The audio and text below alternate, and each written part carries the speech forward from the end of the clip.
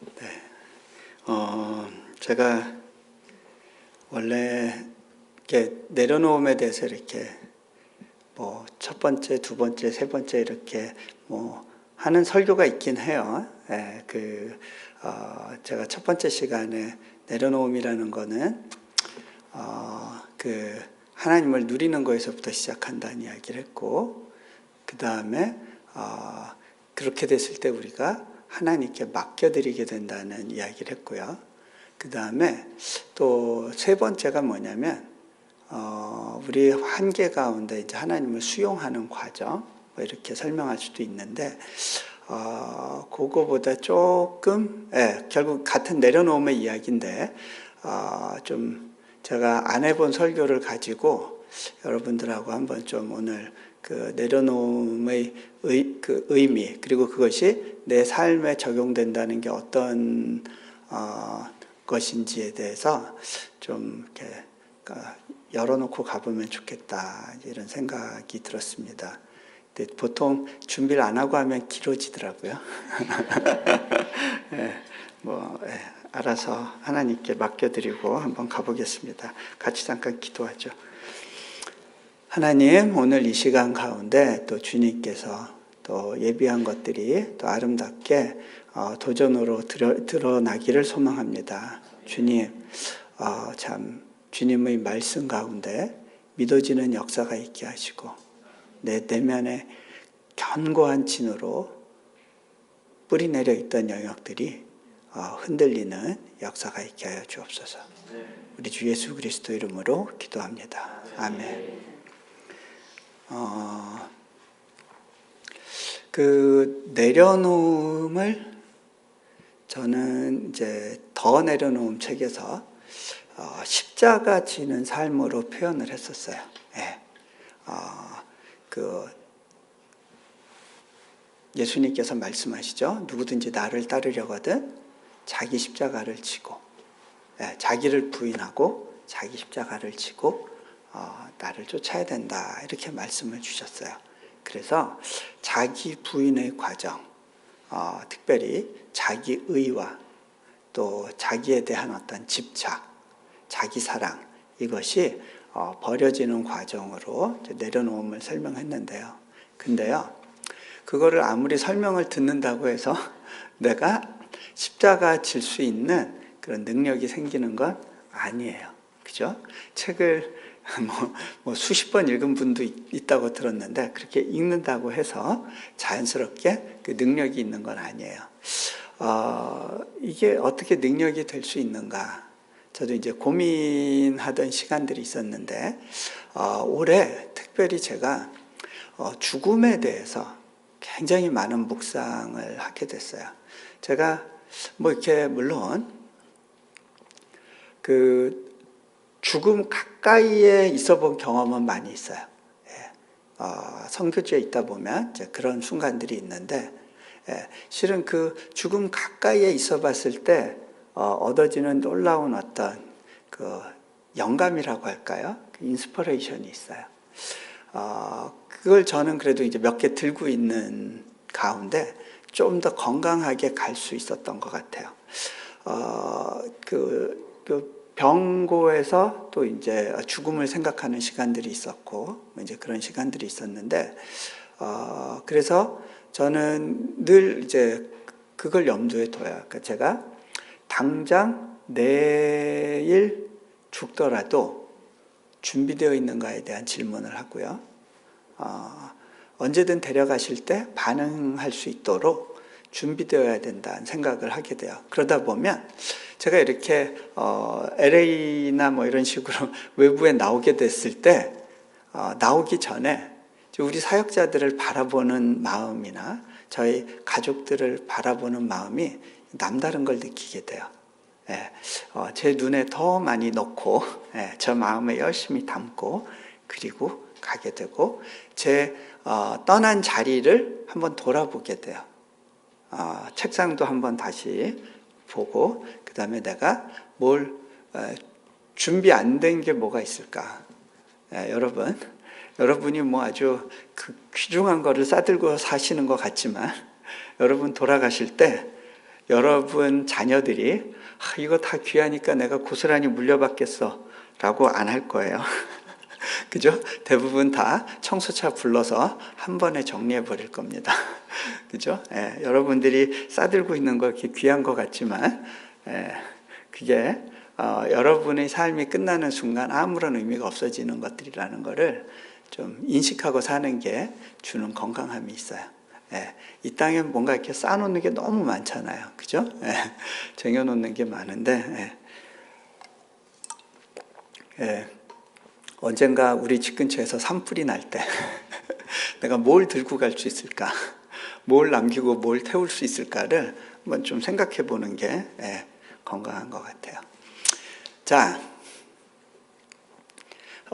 근데 또 저는 앞으로 오래오래 90세까지 하나님이 살게 하실 거에 대한 준비도 동시에 해요. 그래서 이 두 가지를 동시에 준비하면서 살아가고 있는데요. 올해 제가 왜 이렇게 죽음에 대해서 많이 묵상하게 됐느냐면, 작년 어느 시점에서 이제 KBS에서 다큐멘터리 제작을 하는데, 부활절이나 성탄절에 맞춰서 좀 이렇게 기독교인들이 볼 수 있는 특집 다큐멘터리를 제작하면 좋겠다, 이런 제안이 왔고, 놀랍게도 KBS에서 부활에 대한 이야기를 다큐멘터리로 만들어 줄 수 있냐, 이렇게 제안이 왔어요.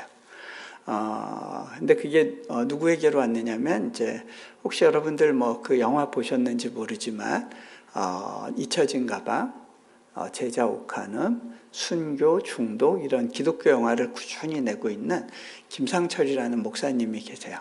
아주 우직하게, 이게 흥행을 하든 안 하든 그냥 믿음으로 계속 이렇게 귀한 작품들을 만들고 계신 분인데, 한번 좀 보시면 좋겠어요. 원하시면 제가 영상을 보고 난 다음에 바로 파기한다는 조건을 달아서 여러분들이 보실 수 있게 할 수 있는 방법이 있을지 모르겠어요. 근데 김상철 감독님이 저한테 이제 요청을 했어요.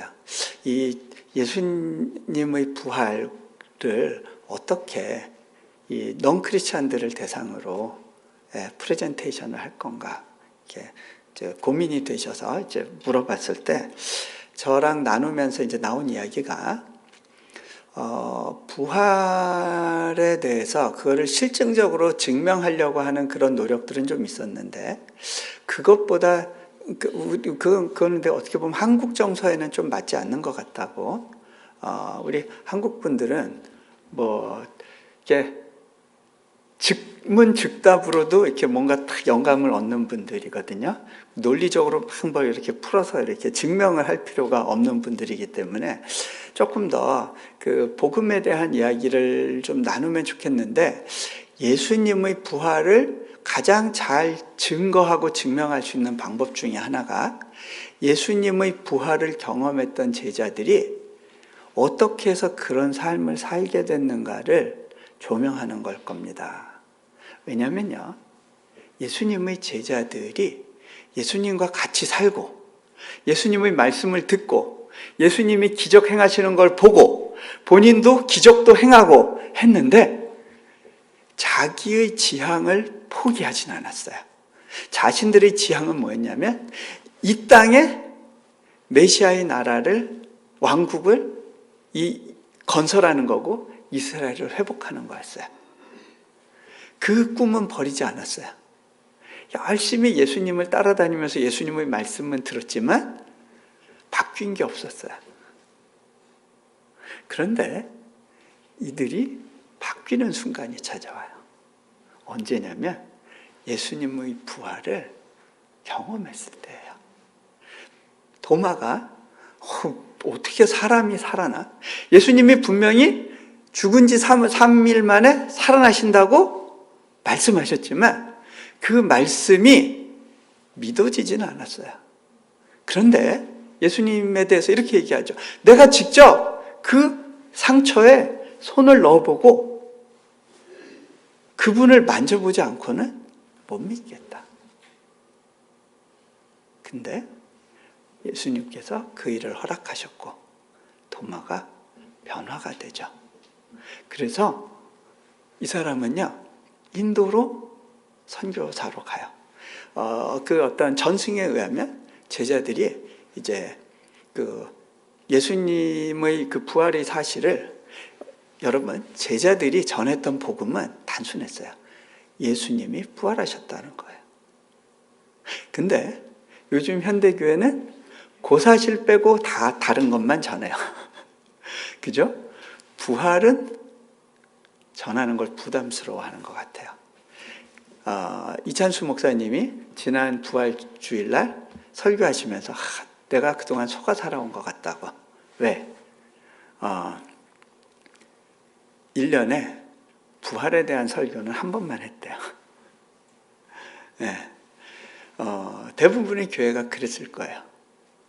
사순절 그렇게 오랜 동안 새벽 기도하고 묵상하는 동안에 고난에 대해서는 열심히 묵상하면서 고난을 어떻게 극복할 것인가에 대해서는 많이 전했으면서 정작 예수님의 부활에 대해서는 전하지 않았다는 거예요. 근데요, 그 도마가 어디로 가죠? 인도로 가서 거기서 복음을 전하다 순교해요. 예수님의 제자들 전부가요, 자기 고향에서 편하게 살다 죽었다는 사람은 없어요. 다 사도 요한을 빼고는 순교했어요. 사도 요한도 순교 현장에 있었지만 죽진 않았어요. 네. 그게 복음을 경험한 사람들에게 나타난 일반적인 모습인데, 그 모습의 가장 중요한 특징은 뭐냐면 두려움을 극복했다는 거예요. 베드로도 그렇고 많은 사람들이 두려워했어요. 근데 그 두려움이 극복된 거예요. 저희가 그래서 얘기한 게 인도의 첸나이, 도마의 무덤이 있는 그 도시와, 그리고 그 인도의 어떤 삶을 좀 스케치해보고, 그리고 로마에서 사도 베드로와 사도 바울의 마지막 순간을 한번 좀 묵상하면서 그것들을 한번 담아보자. 또 하나는 지금 현재 부활을 경험하고 살아가는 삶의 이야기들을 한번 담아보자. 그렇게 해서 이제 작품을 만들게 됐어요. 이제 크리스마스에서 아마 KBS가 될 것 같아요. 그래서 KBS에서 이제 상영되기 위해서 준비 중인데, 그냥 러프하게 티저 영상 하나가 만들어진 게 있는데요. 거기에서 굉장히 중요한 그 어떤 질문들이 있어요. 그 질문 포인트에 근거해서 제가 좀 이게 부활을 살아간다는 것, 그것이 내려놓은 것 어떤 관계가 있는가를 좀 설명을 해보도록 할게요. 영상 좀 보여주시겠어요? 불 끄시고. 한 3분 정도 됩니다. 네. 결국 이 작품을 통해서 기독교인이 정말 고백하고 믿는 게 뭔지를 좀 한번 나눠보고 싶었고, 그래서 또 믿지 않는 사람들에게도 기독교가 믿는 게 이런 거야 라고 좀 설명해 주고 싶었어요. 근데 제가 이 작품 가운데 아무래도 이제 인터뷰의 자리에 있다 보니까 이제 많은 분들을 만나고 이제 스케치하게 됐는데, 앞에 잠깐 화면에 나오신 이제 이어령 교수님 같은 경우는 아시죠? 그 따님 이민아 자매 때문에, 이민아 목사님 때문에 이제 예수님을 믿게 된 분이죠.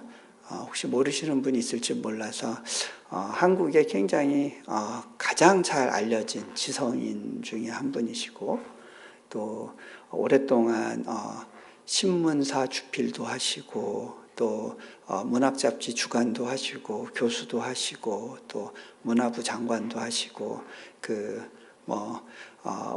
올림픽 축사 메시지서부터 굉장히 많은 글들을 써오신 분인데, 이분이 인생의 후반부에 이제 예수님을 경험하고, 그리고 이제 본인 스스로가 이제 현재 암에 걸려 계세요. 근데 모든 치료를 중단하고 그냥 가장 자연스러운 모습으로 삶을 마감할 것을 이제 결심하고, 그리고 이제 계신데, 건강이 굉장히 안 좋으셨다가 잠시 회복되시는 그 시점에 저희가 이제 인터뷰를 하게 된 거예요.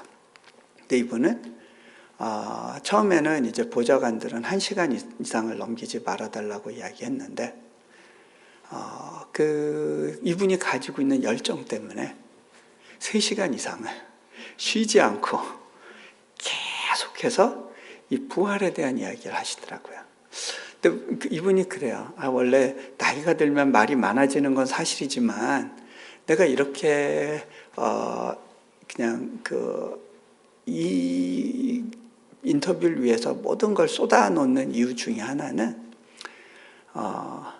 자기가 살아온 삶에 대해서, 자기가 수많은 글을 썼지만 그 글 가운데 정말 이렇게 자기를 드러내는 거였지, 그것이 하나님과 무관한 그런 글들을 수도 없이 써왔다가 이제 그 하나님을 만나고 이제 자신의 삶의 마지막을 바라보면서 너무 안타까운 거예요. 이 부활에 대해서 생각해보지 못한 사람들에게 이 메시지를 전하고 싶다라고 하면서 막 온 힘을 다해서 이렇게 말씀하시는 그 열정을 보면서 사도 바울이 말한 그 마지막을 향한 그 경주가 이거구나, 이제 그런 생각을 했어요.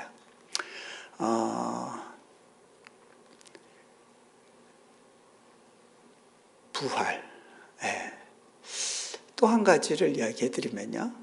거기 이제 천정은이라는 자매를 만나게 됐는데, 그 자매는 원래 굉장히 부유한 집안에서 자라난 피아니스트로 뭐 남부럽지 않게 그렇게 살아가던 사람이었는데, 어느 날 암에 걸렸고, 그래서 하나님을 극적으로 찾게 됐고 만나게 되었고, 그 결과 암이 치유가 일어났었는데, 그리고 나서 한 7, 8년 있다가 다시 암이 재발하게 됐어요.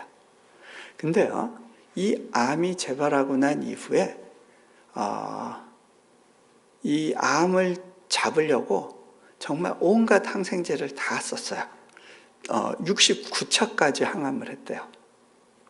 아마 69차까지 항암을 하고 살아있는 유일한 케이스인 것 같아요.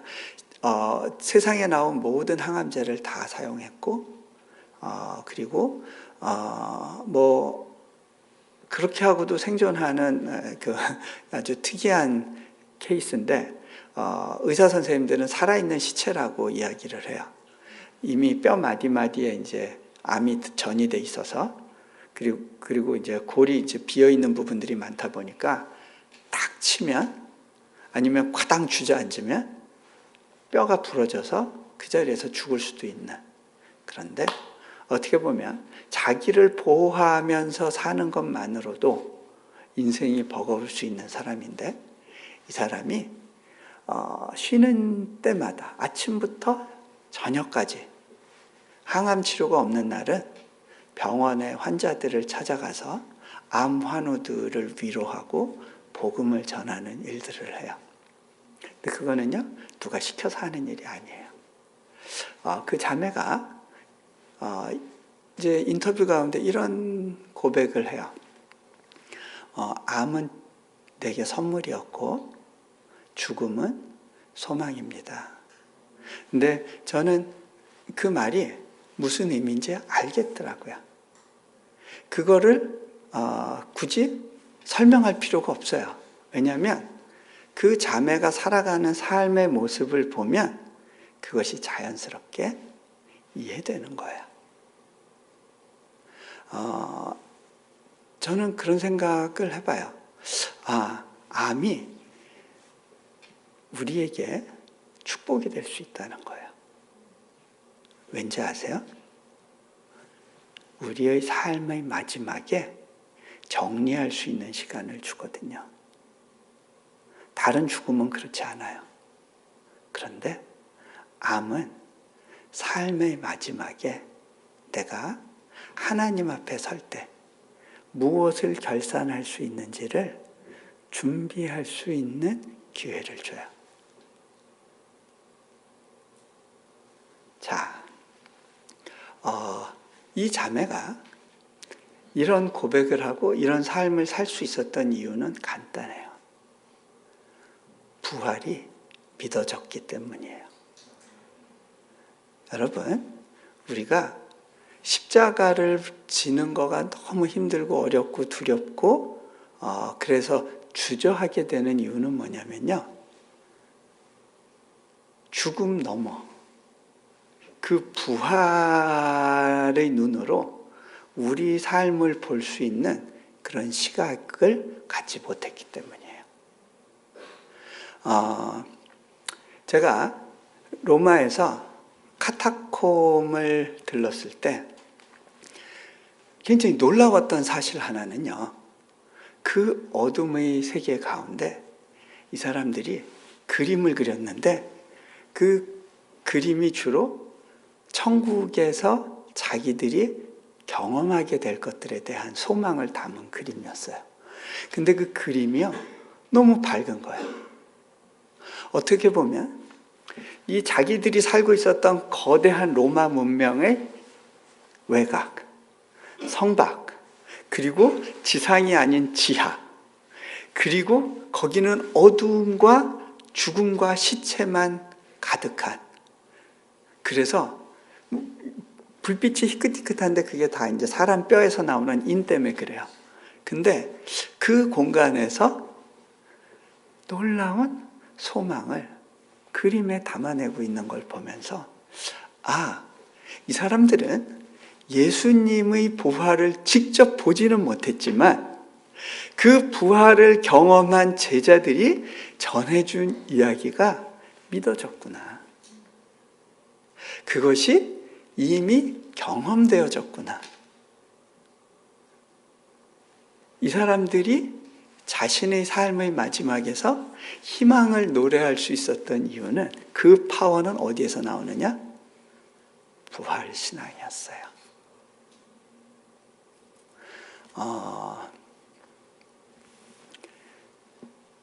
제가 사도 바울의 그 마지막 순교지에 갔었을 때 거기에서 굉장히 많은 감동이 있었지만 특별한 감동 하나가 뭐였냐면요.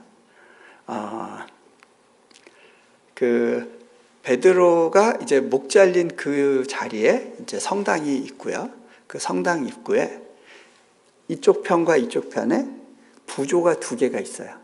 한쪽에는 바울의 마지막 죽임당한 장면, 또 한쪽에는 베드로가 죽임당한 장면, 이 두 가지가 있는데 바울이 어떻게 죽었냐면 이런 그 대리석 돌 위에 목을 대고 그 이제 목을 치는 그 이게 뭐 망난이라고 그러나요? 그 사람이 그 바울의 머리를 잡고 손도끼로 그 목을 이제 찍어서 죽여요. 그 목이 이제 끊어지는 거예요. 왜 이런 죽음을 죽느냐면 이거는 로마 시민들에게 주어지는 사형법인데 로마 시민들의 경우에 사형을 당할 때 가장 고통이 적게 빨리 목숨이 끊어지도록 하는 죽음을 죽도록 배려 차원에서 목 잘리는 죽음을 죽게 되는 거예요. 반면에 이 옆에는 베드로의 죽음이 있는데 베드로가 십자가에 거꾸로 매달려 죽임을 당하죠. 이교도들에게는 십자가형을 해요. 왜? 고통스럽게 오랫동안 서서히 죽어가는 형벌이에요. 마지막 순간을 가장 고통스러운 방법으로 맞이하도록 하는 방법이죠. 그런데 왜 이 두 사람의 죽음이 그 부조가 동시에 양옆에 있을까? 제가 듣게 된 이야기는요. 1967년에 이제 네로에 의한 엄청난 로마의 박해가 있었을 때 두 사람이 같이 잡혔죠. 로마에서. 그리고 같은 날 죽음을 죽었대요. 서로의 신분이 달라서 다른 장소에서 다른 방식으로 죽임을 당했지만, 저는 이게 아주 하나님께서 특별한 배려 가운데 두 사람을 그 마지막 길의 동반자로 세워주셨구나 라는 생각이 들었어요. 한 사람은 이방인의 사도, 한 사람은 유대인의 사도, 그리고 어떻게 보면 삶의 배경이 다르고 또 사역의 영역이 다르다 보니까 인생에 몇 번 만난 적은 있는데 만나서 서로 의견이 달라서 대립하기도 하고 늘 서로 같이 친하게 잘 지냈던 건 아니에요.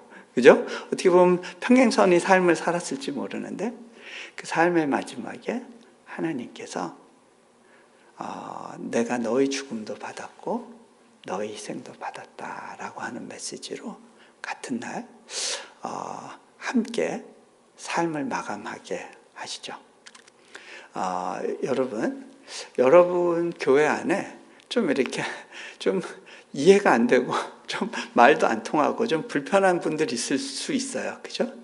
근데 이분들과 마지막 삶의 동반자가 될 수 있다라는 생각을 한다면 우리가 그분들을 대할 때 좀 다른 감정으로 대할 수 있을 것 같다는 생각을 해보게 돼요. 네. 우리가 이 하나님께 우리 삶의 마지막 순간을 온전히 의탁할 수 있을 때 우리가 갖는 모든 한계나 어려움에 대해서도 편안하게 맡겨드리는 것이 가능해질 것 같아요. 제가 사역을 하면서 몇 가지 두려움이 있었어요. 제가 생각할 때 이 사역이 뭐 제가 오고 싶다고 온 건 아니지만 하나님이 불러주셔서 인도네시아 땅에 들어가서 거기서 이제 사역을 하는 가운데 이게 너무 귀하고 중요한 부르심이구나라는 게 깨달아졌어요. 그래서 이 사역을 좀 실수하지 않고 잘해보면 좋겠다라는 그런 마음을 가졌는데 근데 실은 그로 인해서 갖게 된 두려움이 있었어요. 내가 잘 못해서 이 사역이 제대로 성공하지 못하면 어떡하지? 그런 두려움이 있었어요. 나중에 깨닫게 됐어요. 이거는 내가 아무리 잘하려고 해서 되는 사역이 아니구나. 우리 사역자들이 갖고 있는 능력치 100%, 이 100%가 만나서 될 수 있는 사역이 아니구나. 그런 생각을 해보게 돼요. 저희가 이제 작년에 첫 번째로 이제 대학이 시작되게 됐어요. 초중고등학교는 그 전에 시작을 했고 그 초중고등학교가 기적적으로 그 새로운 법안이 통과가 되면서 기독교 학교로 허가가 됐어요. 저희는 그렇게 정부 허가 받을 생각조차 못하고 있었거든요. 그래서 우리 애들이 혹시 한국에 가게 되면 검정고시도 보고 다 공부시켜서 보낼 생각을 하고 있었어요. 근데 그게 다 놀랍게 허가가 나왔더라고요. 그것도 참 특별하게 저희 큰아이가 졸업하고 막 한국 가려고 하는 시점에 그게 법안과 뭐 이렇게 제도가 막 바뀌면서 그런 일들이 벌어져서 저희가 정부 기관으로 등록이 된 거야. 정부의 공식적인 학교로 등재가 되게 된 거죠. 그래서 제가 저희 큰아이한테 동현아, 너 이제 전화로 너 그 검정고시 국사시험, 국어시험 그거 더 골머리 썩지 않아도 돼. 얘가 한국에서 살아본 적이 없으니까 그 공부하는 게 너무 두려웠나 봐요. 너 이제 그 검정고시 안 봐도 돼. 네가 학력을 다 인정받게 됐단다. 그랬더니 아이가 첫 마디가 아빠, 난 이거 기도조차 안 했는데 하나님이 내가 기도하지 않은 것도 들어주시나? 이런 것까지 들어주시나? 그러는 거예요. 예, 하나님이 의리가 있으신 분이야. 하나님이 너 기도한 것만 들어주시겠니? 그지 않으세요, 여러분? 하나님이 여러분 기도한 것만 들어주셨으면 여러분 지금 삶이 얼마나 이상했을 것 같으세요? 내가 알고 있는, 내가 생각하는, 좋아하는 나무만 있게 해주세요. 이래 보세요. 이 세상이 얼마나 단조롭고 예, 우울한 빛이었겠어요. 그죠? 내가 아는 색깔로만 이 주변을 채운다. 얼마나 단조로웠겠어요. 저는 다른 게 감사한 게 아니라 저희 아들이 선교지에서 같이 살면서 이 하나님을, 그러니까 하나님의 의리, 하나님의 예비하심을 경험할 수 있었다는 게 참 감사하다는 생각이 들어요. 돌아보면 이거는요, 저와 저희 사역자들이 아무리 노력을 하고 잘하려고 해서 되는 게 아니었어요. 저희 학교가 허가받을 때 그 교육부에서 그렇게 얘기를 하더라고요. 근 7, 8년 동안 모라토리움이 선언되어 있었기 때문에 인도네시아에서 신규 대학으로 허가받은 건 첫 케이스입니다. 그렇게 얘기를 해주더라고요. 우리가 잘해서 된 게 아니에요. 인도네시아에 날고기는 사람도 안 되는 거였거든요. 근데 하나님이 그렇게 이루어주신 이유가 뭘까? 제가 나중에 생각해 봤어요. 올해 저희가 아프간에서 온 난민 애들을 받게 됐는데 이게 이슬람권에 정식 기관으로 등재돼 있으니까 그런 사역들이 가능한 거예요. 이 아프간 아이들이 우리 아이들 신입생 수련회 때 함께 하고 거기서 딱 이제 처음으로 이제 수영장에서 물장구 치고 막 노는 시간이 있었는데 한 아이가 나와서 그러더라고요. 선생님, 제가 살아오면서 이렇게 행복하게 웃었던 적은 처음이었어요. 굳이 뭐 많은 걸 안 해줘도 돼요. 얘들 한 번만 안아주면 얘들이 울면서 마음을 열어요. 예. 이게 참 이 사역이 쉬운 사역이구나. 많은 지식과 능력과 이런 게 필요한 게 아니에요. 하나님이 열어주신 길을 따라 가서 만난 누군가를 손 내밀어 주면 되는 거더라고요. 예. 하나님이 다 예비해 놓으신 거를 저희가 따라가는 거예요. 근데 한때는 제가 좀 여전히 불편함이 있었어요. 첫 번째 건물 어렵게 은혜 가운데 지어졌는데 두 번째 건물을 지어야 되는 상황이 됐을 때 제가 너무 마음이 불편해서 하나님, 저 전번같이는 또 못 가요.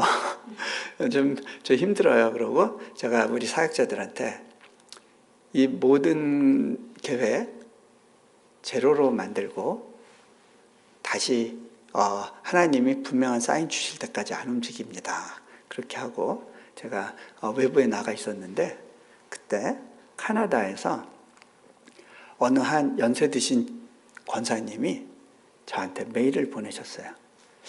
이 학교 건축 어떻게 됐냐요?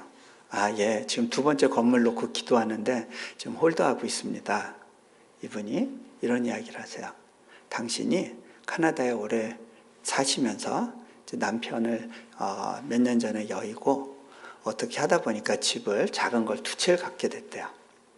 근데 이 한 채에 대해서 하나님이 어느 날 말씀 듣는 가운데 부담을 주시면서 그거를 저희 사역에 플로우하라는 그런 마음에 도전을 주셨다는 거예요. 근데 이제 이분이 기도 중에 하나님이 자신에게만 아는 방법으로 이렇게 서로 간에 사인이 있잖아요. 그 사인으로 말씀을 주시니까 그렇군요 하면서 저한테 이렇게 이메일을 보내셨어요. 선교사님, 사후 대책만 확실하다면 노후 대책은 그렇게 중요하게 고려할 문제는 아닌 것 같습니다. 그래서 기쁨으로 드린다고.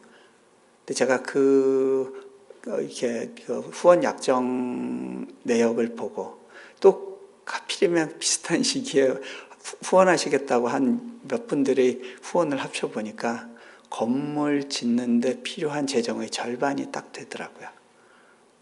그래서 아이고 하나님 또 가라시는 거군요.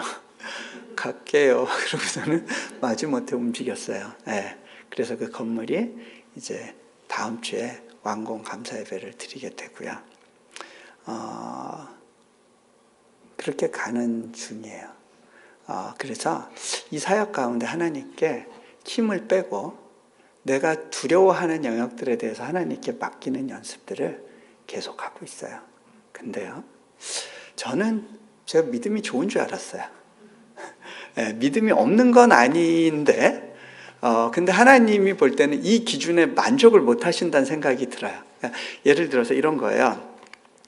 제가 한 번은 부산에서 이제 집회 마치고 그날 밤에 주일 밤이었는데 거제도까지 운전하고 가야 됐어요.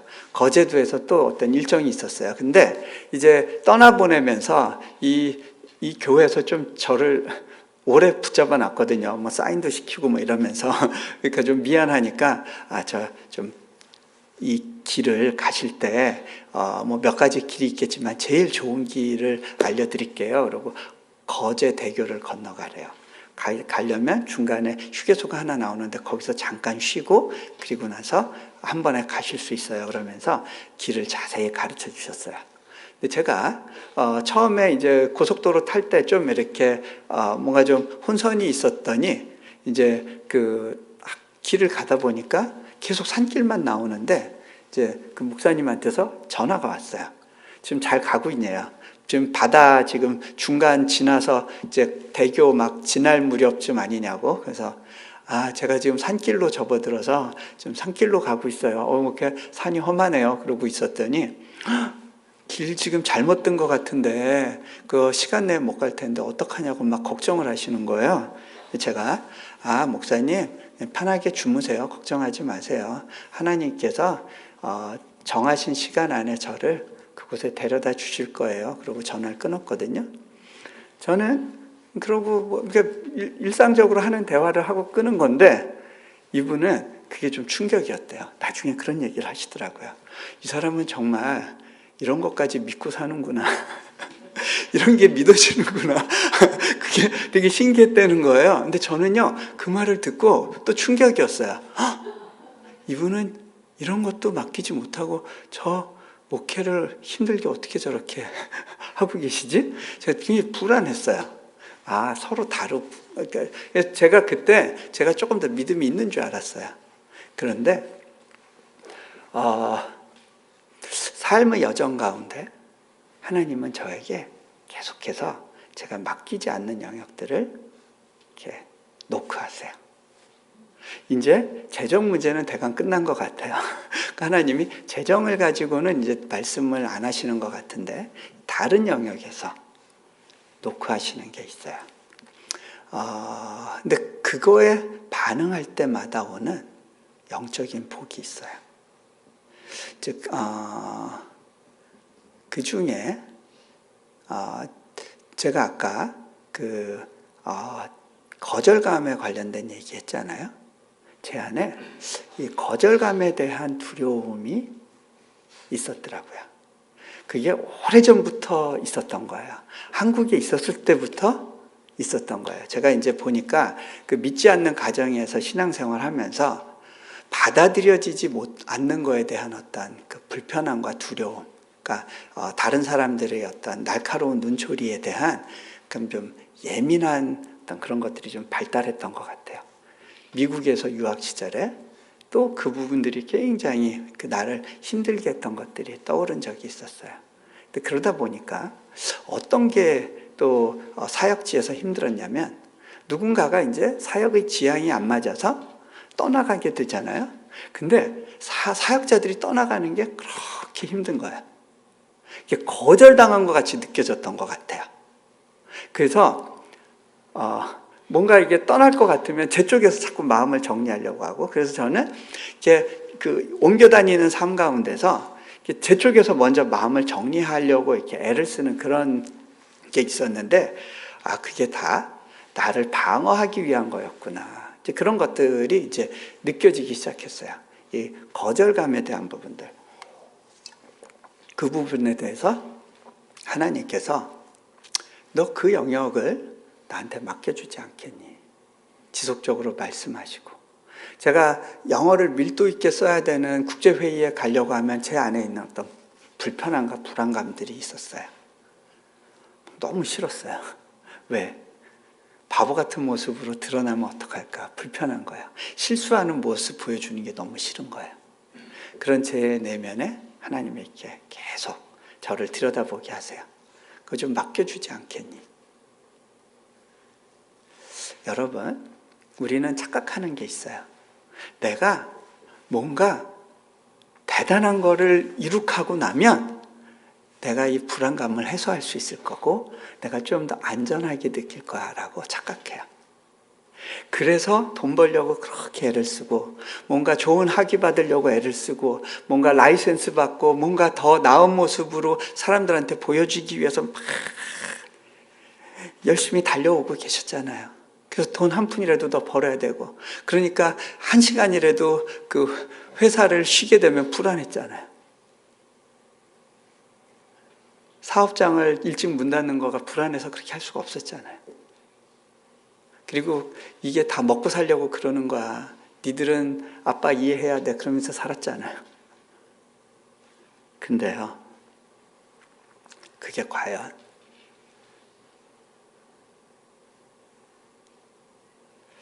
무엇 때문에 그렇게 달려갔는지를 한 번쯤은 좀 확인해 보시면 좋을 것 같아요. 받아들여지고 싶은, 그리고 받아들여지지 못할 거에 대한 어떤 불안감, 두려움, 그것이 우리 안에 있었던 것이 아닌가. 제가요, 하버드 대학교 학위를 받았어도요, 어떤 불안감과 딱 그런 것들, 이렇게 내가 거절당할 것 같은 두려움이 작동할 때는요, 그런 거 아무런 도움이 안 돼요.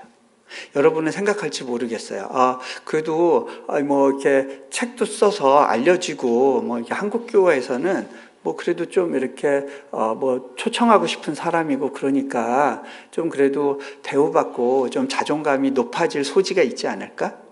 그런데요, 여러분, 제가 사역하는 곳은 남들이 전혀 나를 알아주지 않는 환경이에요. 그곳에 머물러 있어요. 그곳에서는요, 뭐 한국교회 가면 좀 알아준다 이런 거요, 위로가 안 돼요. 그거 뭐 이렇게 와서 이렇게 딱 뭐 대우받으면 뭔가 좀 채워지는 것 같죠? 근데 그거는요, 그 다음에는요, 더 센 걸 원하게 돼 있어요.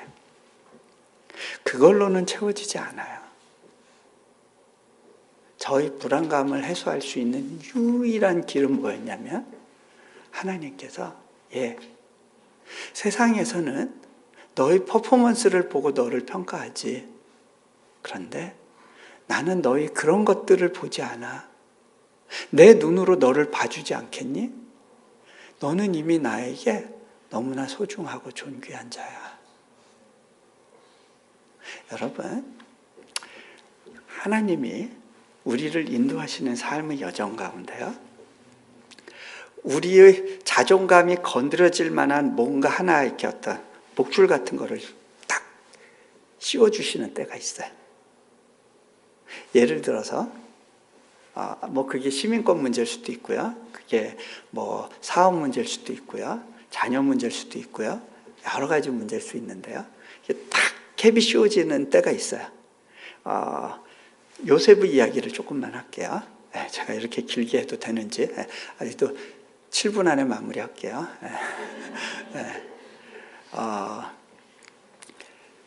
요셉의 이야기를 보면요, 요셉이 뭔가 잘못했고 또 이 가정의 그 어떤 편의 문제 때문에 그것 때문에 막 이유 없는 고난을 받고 또 형들의 미움을 받아서 고통받고 있다라고 우리가 인식할지 모르겠어요.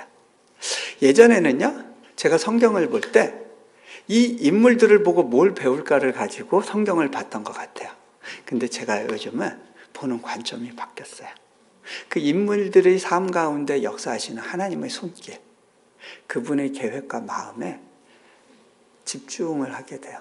그러고 나서 보니까 여러분, 요셉이 괜히 팔려간 게 아니에요. 팔려가는 그날 어떤 일이 있었냐면 이스마엘 상인들이 지나가고 있었어요. 이스마엘 족속 상인들은 뭘 파는 사람들이었냐면 향품을 파는 사람들. 이 사람들은요, 일반인들을 상대하는 사람들이 아니라 귀족들을 상대하는 사람들이에요. 귀부인들을 대상으로 물건을 파는 사람들이고요. 그래서 일반 노예 상인이 아니에요. 노예 상인이었으면 요셉 데려다 어디에 팔았겠어요? 스핑크스 짓는데, 피라미드 짓는데 이런 데 팔았을 거예요. 노역하는데.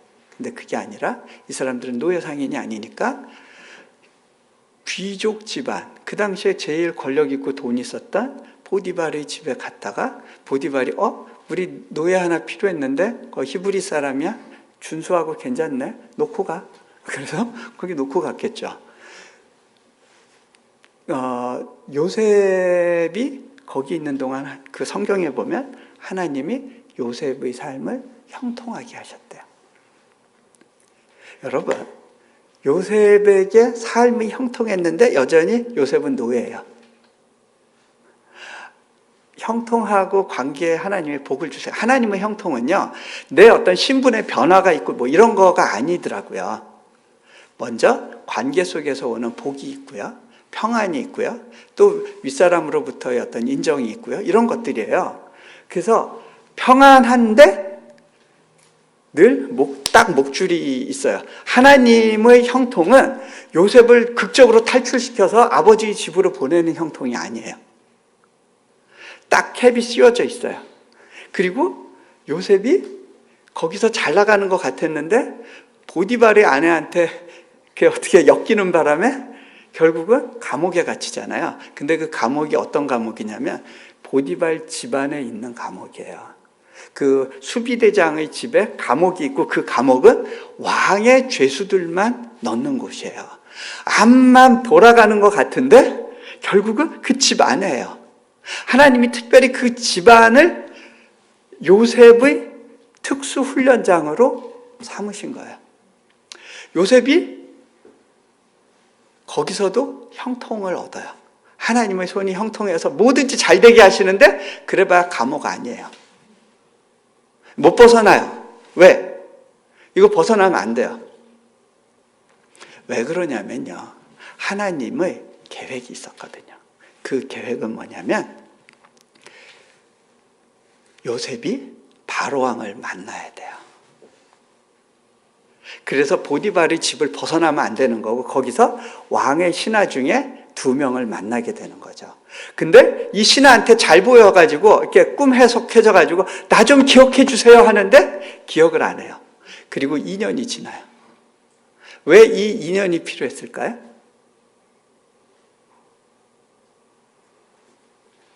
이 2년 동안 요셉이 30세를 넘기고 수염이 자랄 수 있었어요. 그렇죠? 네. 준비가 되는 거예요. 총리 대신의 준비, 또 바로왕이 준비되어지는 시기가 필요했어요. 왜 그게 필요했을까요? 하나님의 계획은 그걸 통해서 이스라엘 백성을 애굽으로 보내서 거기서 큰 민족을 이루어서, 왜냐하면 가나안은 그렇게 농업 생산량이 많은 곳이 아니거든요. 집중적으로 양육해서 큰 인구를 만들어서 가나안에 한 제사장 나라를 세우고자 하는 계획이 있으셨거든요. 그 거대한 계획 가운데 요셉이 형통은 받았지만 목줄이 채워져서 훈련 가운데 있어야 되는 그런 시간들이 있었어요. 그게 하나님의 복이더라고요. 그 운행하시는 그 모든 것들이 믿어지는 것, 그게 은혜더라고요. 저에게 불편한 것이 하나 있었어요. 저에 대해서 굉장히 악의를 가지고 인터넷에 막 글을 올리는 사람들이 있었는데, 이제 그런 분들 때문에 어떻게 보면 제 사역의 문이 닫히면 어떡하지라는 불안감이 있었어요. 어느 날 그걸 놓고 기도하는데 하나님이 그러시더라고요. 너희 사역의 성패가 그들에게 달린 게 아니야.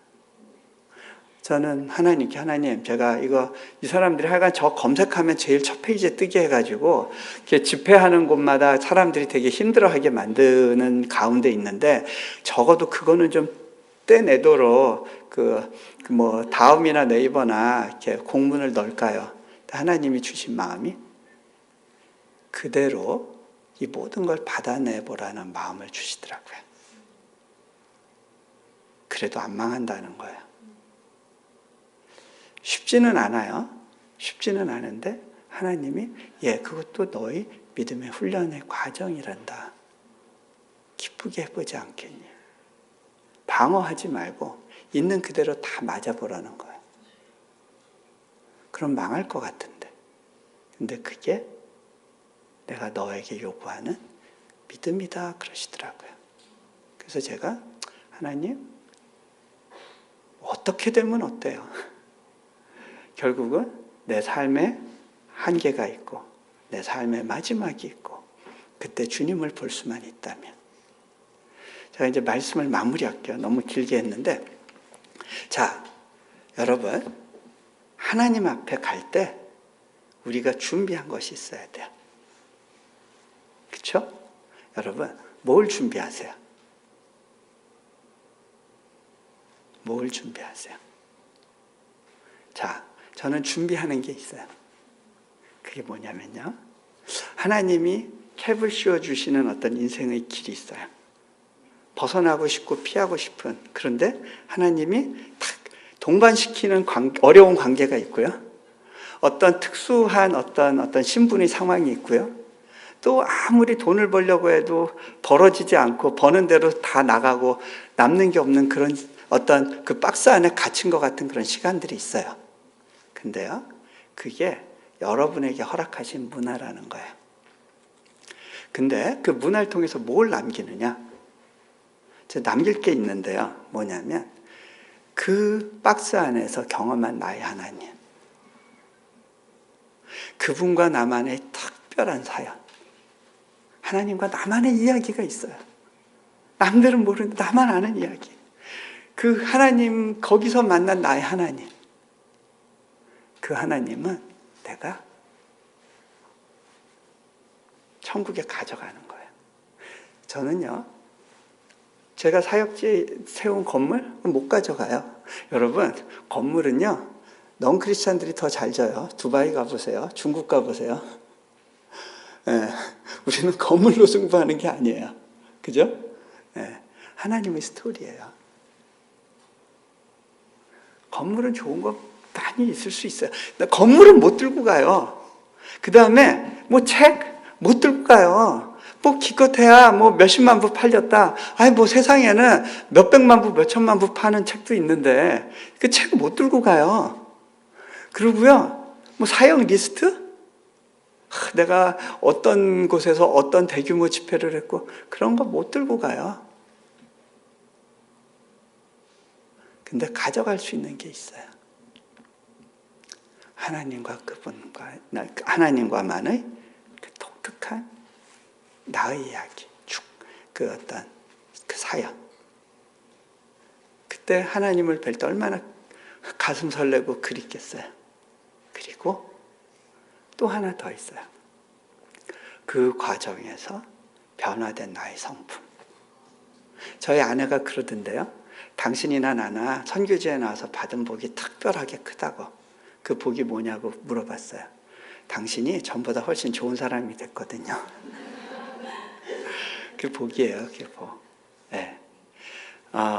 말씀을 마무리합니다. 영상이 제가 5분짜리가 있어서 학교 이야기가 조금 담겨 있는데 어떻게 그걸 보는 게 나을까요? 아니면 여기서 마무리할까요? 볼까요? 여기서 보셔야 되고 그 다음에 이거는 인터넷으로 올리면 안 돼요. 그래서 그 동영상은 여기 담으시면 안 됩니다. 여기서만 보고 끝나는 건데 제가 학교 이야기를 좀 했으니까 저희 학교 사역을 놓고 하나님이 어떻게 일하시는지, 그러니까 내 것이 내려지는 가운데 하나님의 일이 어떻게 이루어지는지 한 예가 될 것 같아서요. 같이 보시고요. 같이 기도하죠.